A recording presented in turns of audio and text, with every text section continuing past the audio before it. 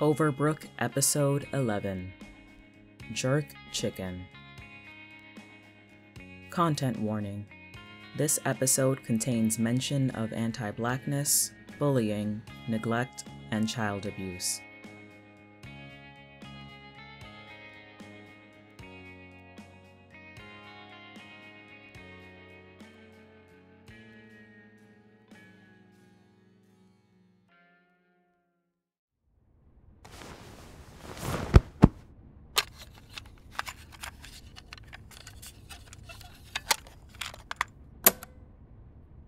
I burned all my journals. Even though it made all of this somewhat manageable, so guess I'm back to my shitty analog phase. Saying things out loud only sort of helps. I can't look directly back at these tapes like the journals, I can't actually see my thoughts, but it's better than nothing. This time, I don't think I'll keep my recordings for long. Maybe a week or two, max. Besides, I don't have many empty cassette tapes, and you can't exactly buy new ones. I'm not even sure cassette tapes are being made anymore. They've probably gone the way of the dinosaurs and floppy disks. Extinct. Which means I'll eventually have to get back to writing. Christ. All those years I spent writing, trying to find connections or reasons for why the town works the way it does, and I didn't really get much out of it other than a momentary release. Maybe that's all this has to be. A momentary release to make the road ahead easier. Not that it's ever gotten easier. Nothing's been easy since I moved here. It's all death and chaos and bottomless potholes and new rituals and nonsense. The whole town is just nonsense. And now I don't have anyone to talk to about it anymore. Wynn and I haven't spoken since that fight at La Vida Mocha.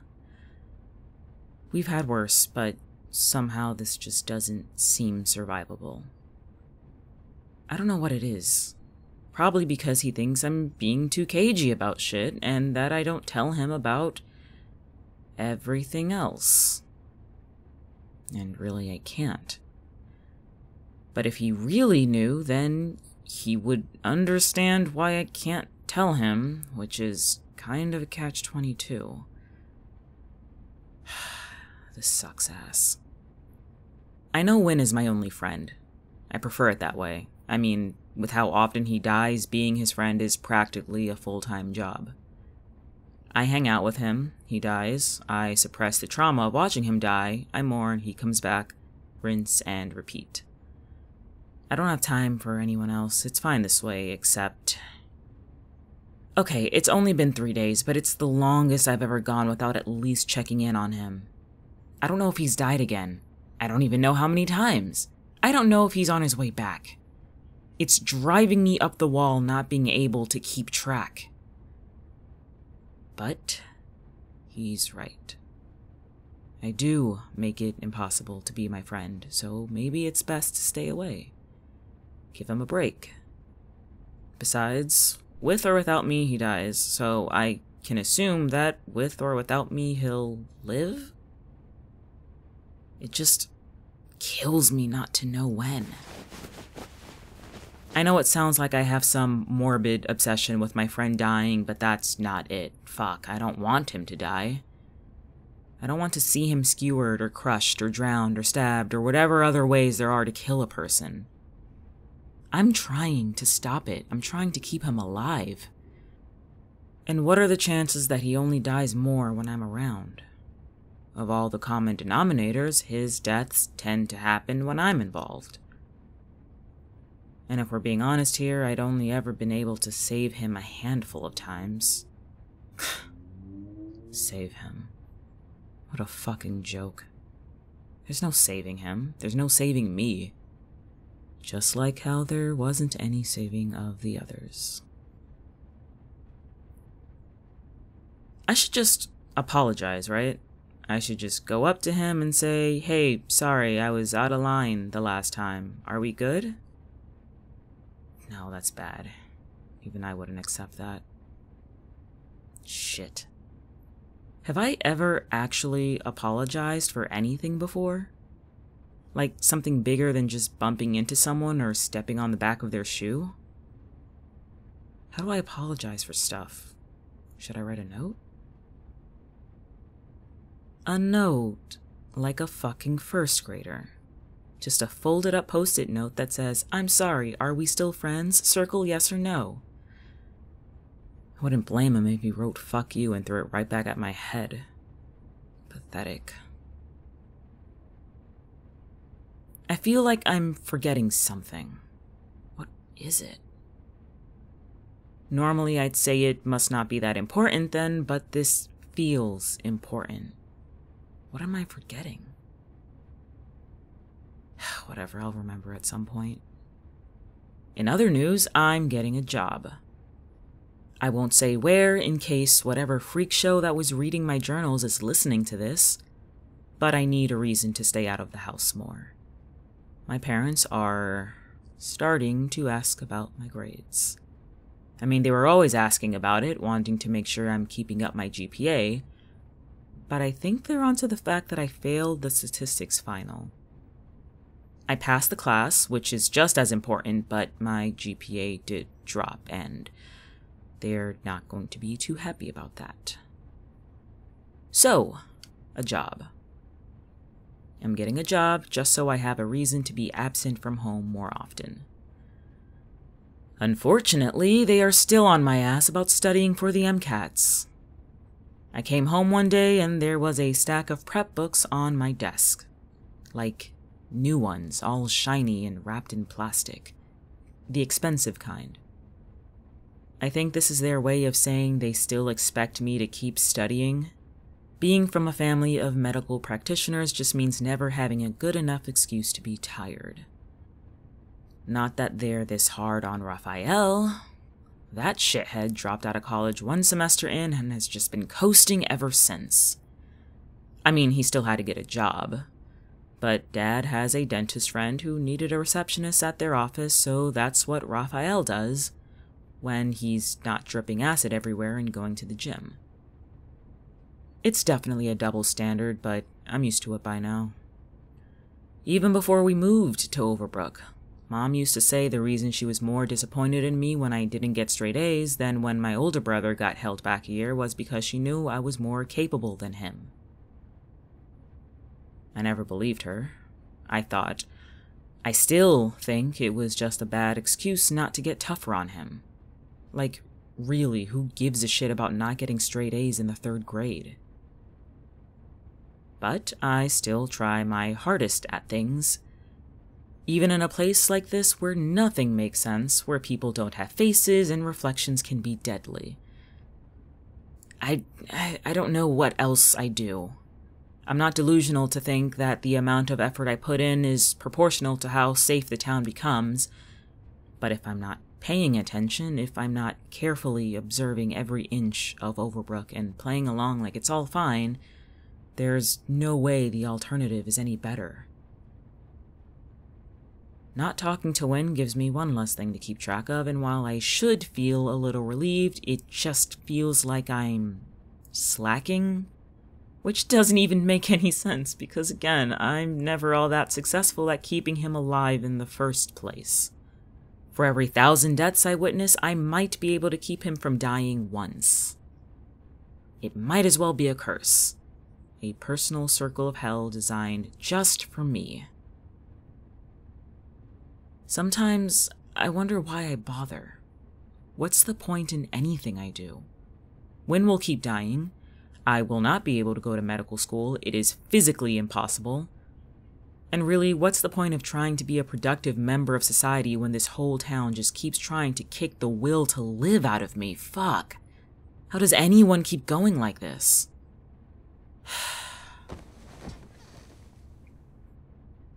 What else should I do, though? Stop talking to Wynn? I'm already doing that and I still don't feel any better. I could try to tell my parents I'd rather not be a doctor. I don't know how that conversation would go, though.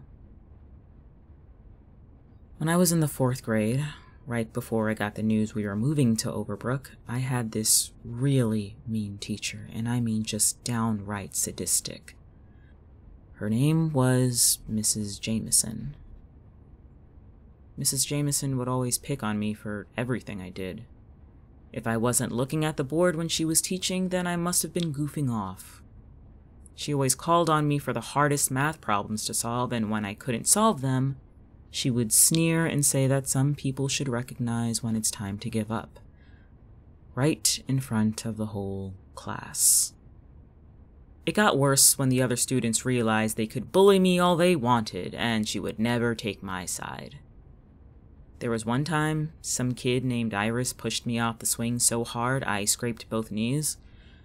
Iris told Mrs. Jameson that the reason she pushed me was because I smelled, and Mrs. Jameson, in all her maturity, said that maybe I wouldn't get pushed if I bathed a little longer before coming to school. I got really into The Sims that year. Just spent hours playing whatever expansions Mom could buy for me. There was this one expansion that she said she got out of the bargain bin at Walmart, which never made sense to me because, I mean, it was called an education expansion, but it was for smaller kids. Like, The Sims were literally small children around my age. Not normal because all the expansions had always been adults or teens at most, but not this one. I think when she found it, she thought the expansion was actually educational. I don't know. But, with this one, I recreated the classroom in the game. And all the classmates and Mrs. Jameson in it.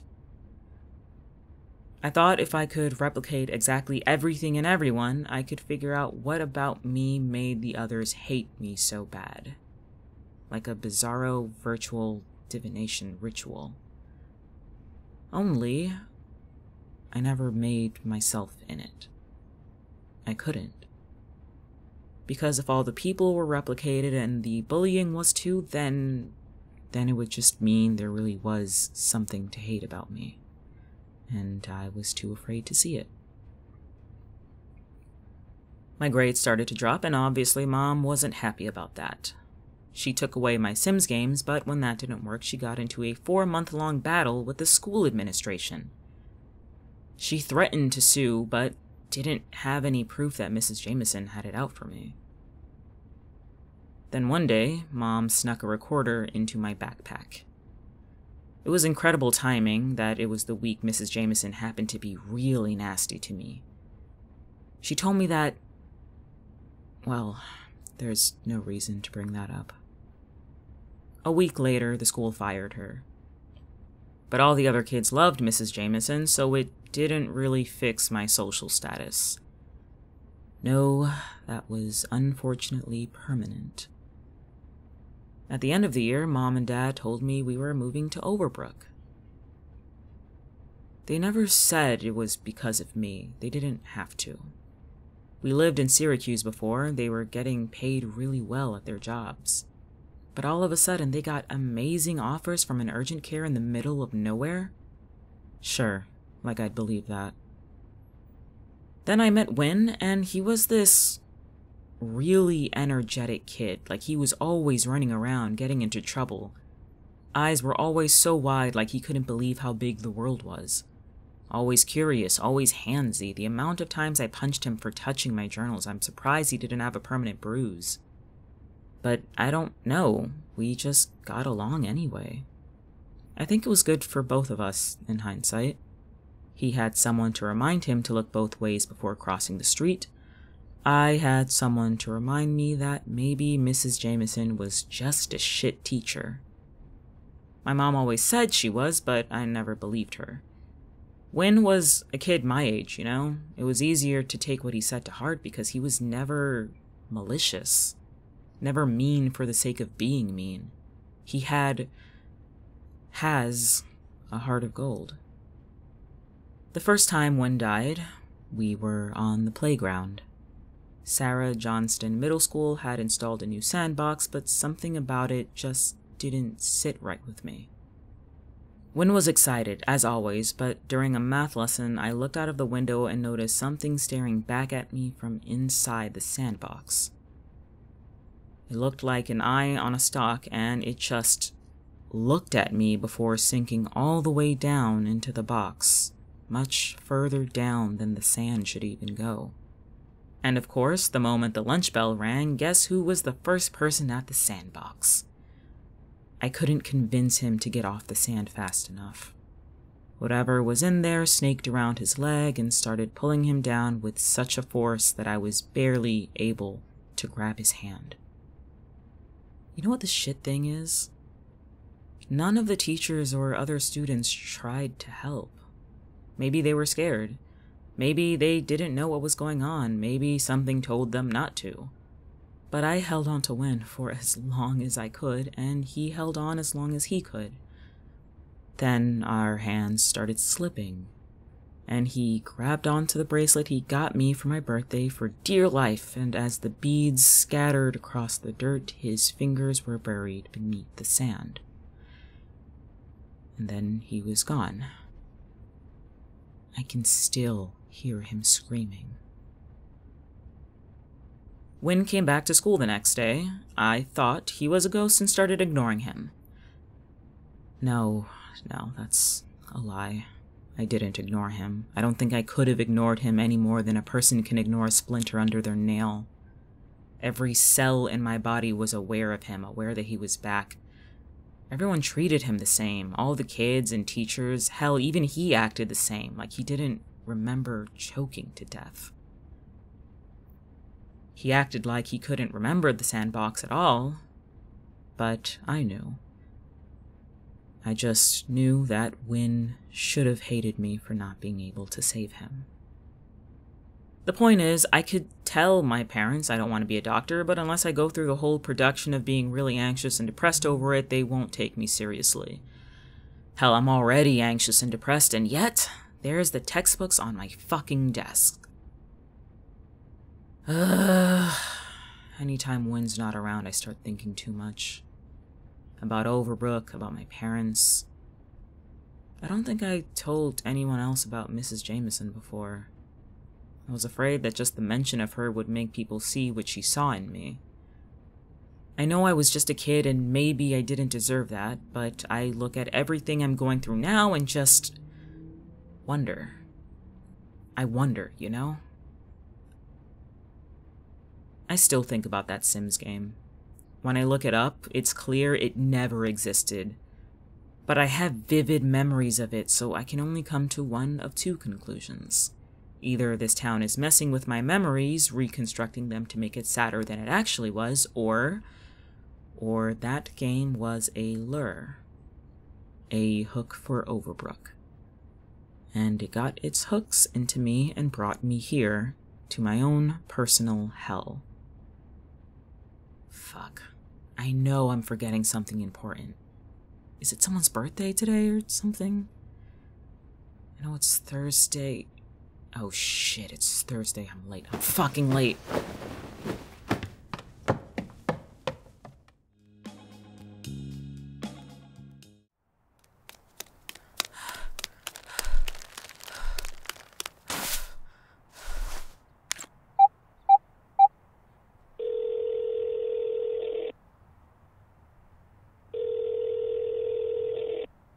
Hey.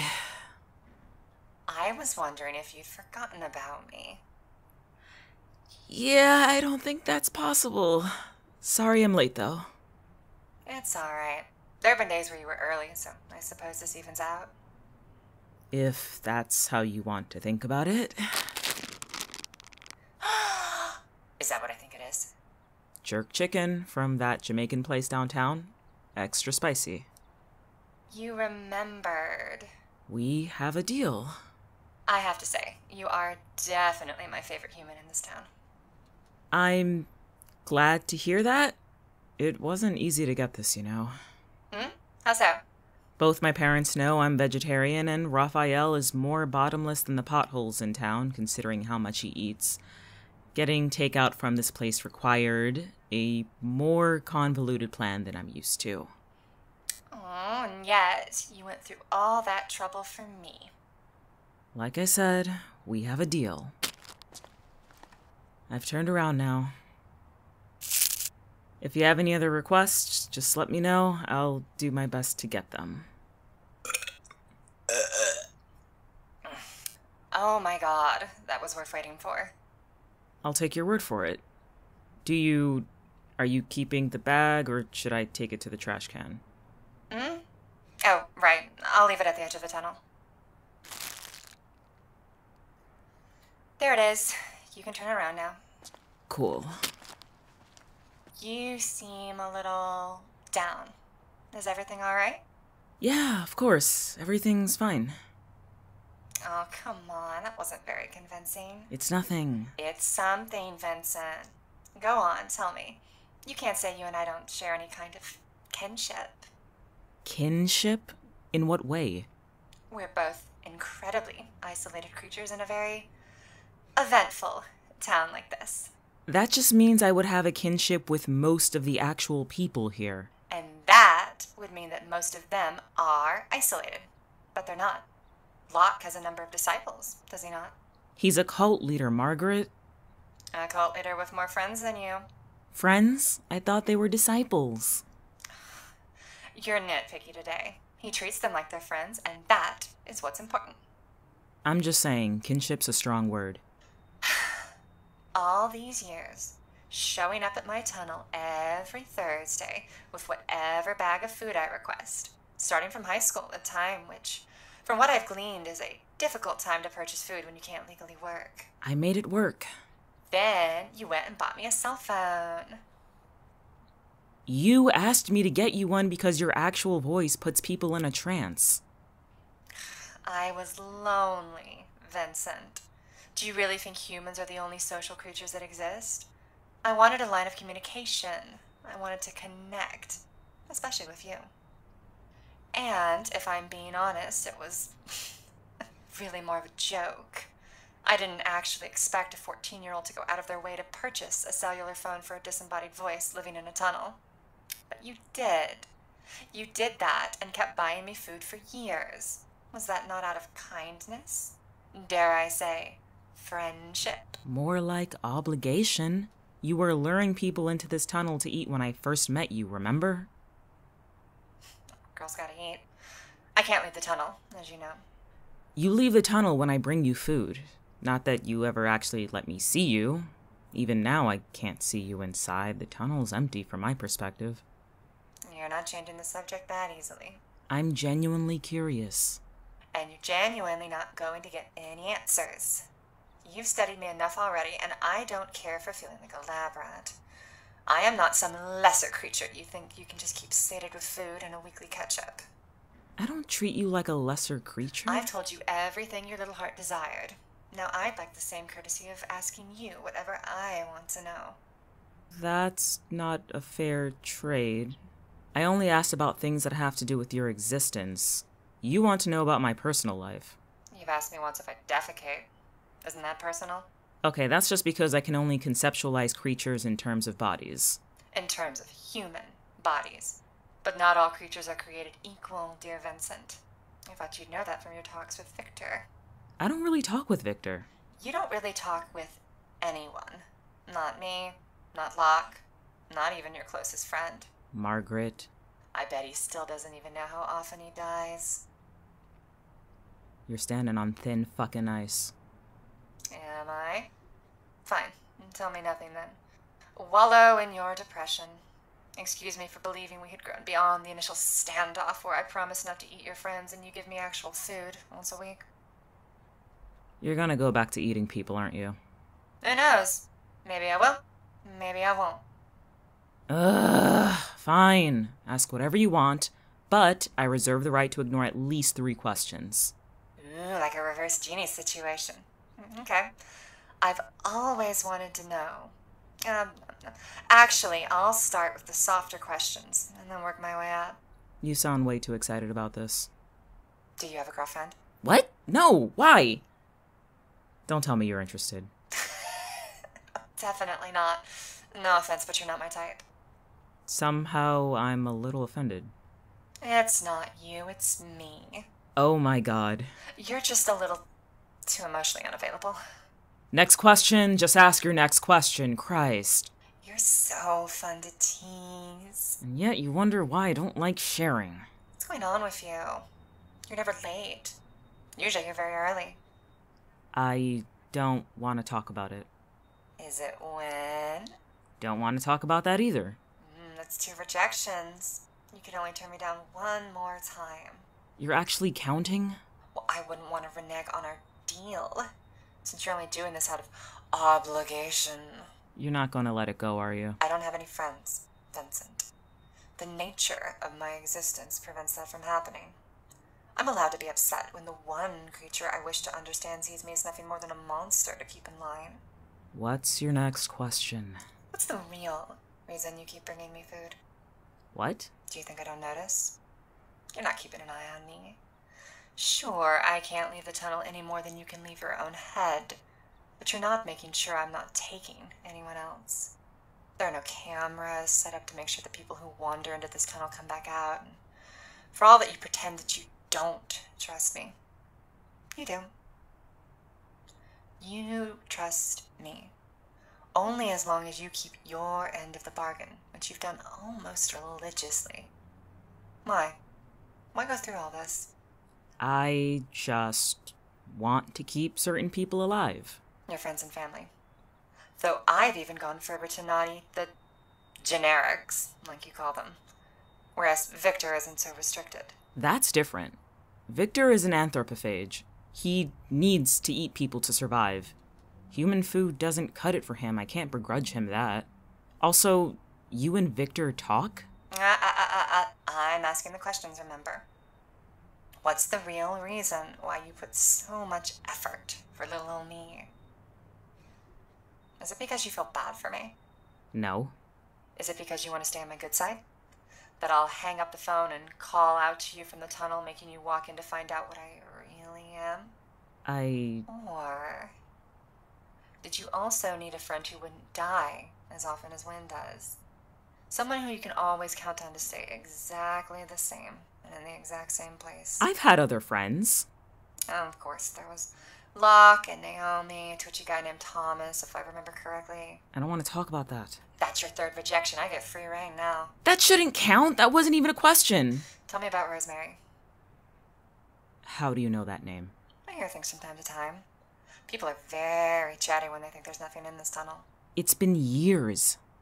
Okay, well, let's pretend that you used to talk about her a lot. You used to talk about a lot more things, actually. You were happier with your friends, I think. Until they started getting picked off one by one. Until Rosemary started picking them off. Rosemary wasn't real. You mean she wasn't a real person? She was a Jen. A Jen with vivid memories about her past life up in Buffalo, isn't that right? And she insisted that her name was Rosemary.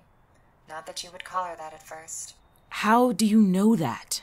Me and the other creatures like to trade information sometimes. Trade information?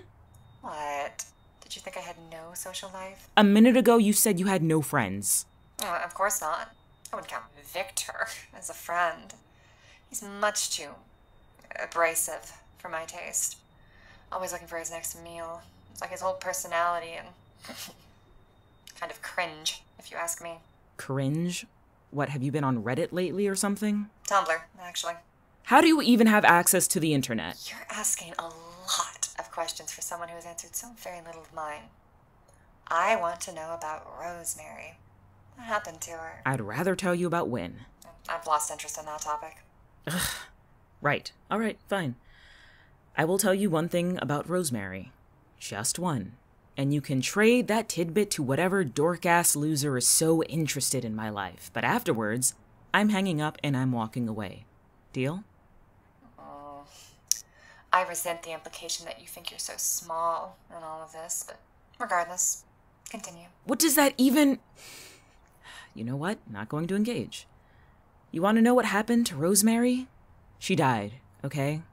Just like Naomi and Thomas and probably even Eris, though I notice you didn't mention her once. They're all dead. but not luck. No, not luck.